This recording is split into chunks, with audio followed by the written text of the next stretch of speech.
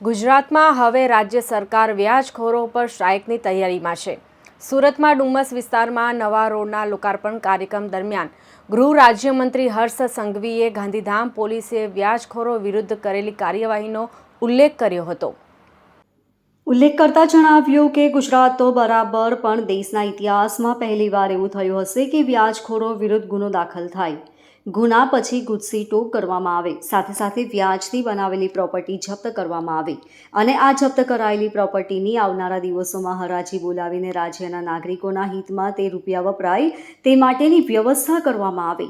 વટ પાડવા લીધેલા ગન લાયસન્સ રદ થશે।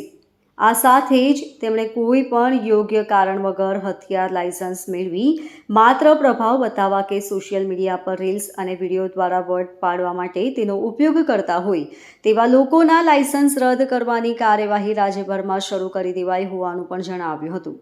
લાયસન્સના દુરુપયોગ કરનાર સામે સખત પગલાં ભરવા હર્ષ સંઘવીએ જણાવ્યું હતું કે રાજ્ય સરકારની હંમેશા એ નીતિ રહી છે કે કારણ વગર ગન લાયસન્સ રાખનાર અને તેનો ગેરઉપયોગ કરનાર સામે કડક કાર્યવાહી થાય।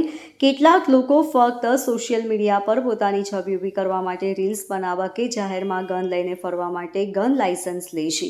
આવા લોકોના લાયસન્સ હવે તંત્ર દ્વારા ચકાસવામાં આવી રહ્યા છે અને લાયસન્સ રદ કરવાની કાર્યવાહી પણ ઝડપથી આગળ વધી રહી છે।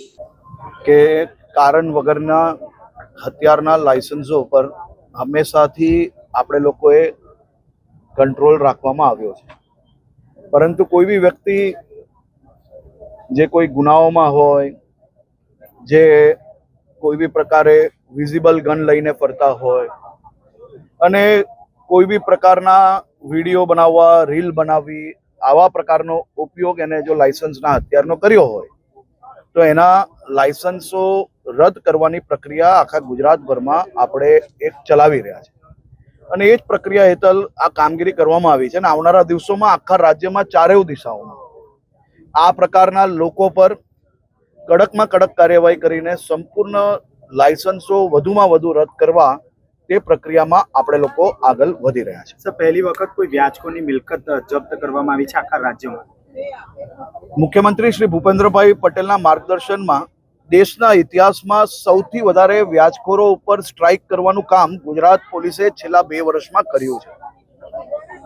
આપ જોઈ શકો છો કે દર વર્ષે આપણે હજારો લોકોના ગીરવે રખાયેલા સોના હોય, માતાઓના મંગલસૂત્ર હોય, સપનાનું ઘર હોય, આ પાછું અપાવવાનું કામગીરી પોલીસ દ્વારા કરવામાં આવે।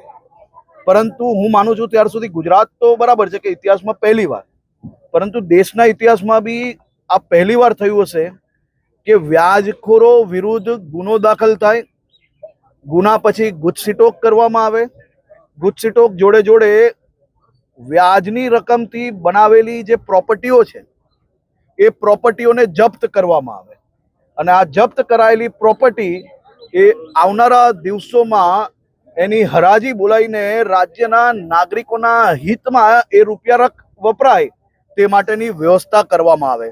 આ દેશના ઇતિહાસમાં પહેલી ઘટના હશે જે ગાંધીધામ પોલીસ દ્વારા આ કેસ દાખલ કરવામાં આવ્યો છે। હું ગાંધીધામ પોલીસને ખૂબ ખૂબ અભિનંદન આપું છું। આ જ પ્રકારે વ્યાજખોરો વિરુદ્ધ આ પ્રક્રિયા ચાલુ છે અને આવનારા દિવસોમાં બી આ પ્રક્રિયા વધુ ઝડપથી ચાલશે।